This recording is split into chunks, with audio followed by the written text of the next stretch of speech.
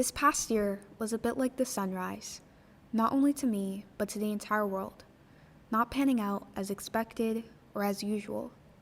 There was loss, whether of crowded Duke basketball games, where after sometimes days or even weeks of waiting in line or camping out with friends, I'd paint myself all blue and cheer till I lost my voice. Or of worship events on campus, where I'd be able to hug and embrace these individuals who pray and walk out faith with me on my day-to-day. Or of time and plans, my senior year cut short almost a month as I switched places with my mother on the left at the airport on her way to Brazil to help my grandmother, who, at the time, was losing her health to COVID. Though this loss is hard to process with family, whether biological, a little sister and brother, or those we develop in our communities, such as church, help us in turning our mourning to dancing. Not necessarily ending our sorrow, but giving us moments of joy and relief through it.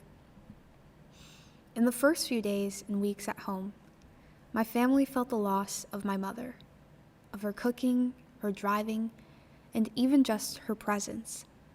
My little brother calling her on the sidelines of his soccer practice, used to having her there cheering him on, hoping she could watch him and his team win.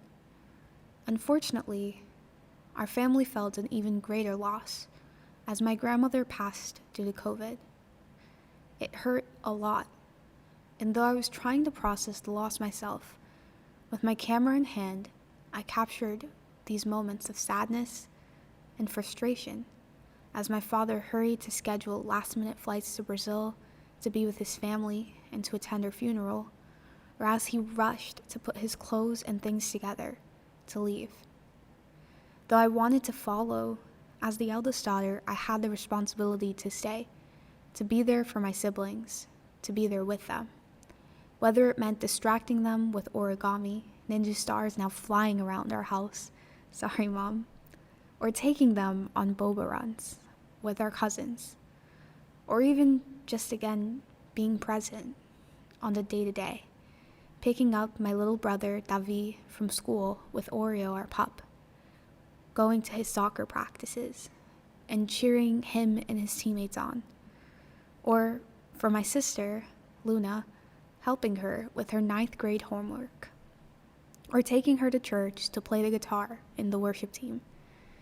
Throughout this time, there were many who helped me as well. Aunts and cousins who embraced us and who helped us in little things such as cleaning, or even church members, Jose and Deborah, bringing us dinner and dessert.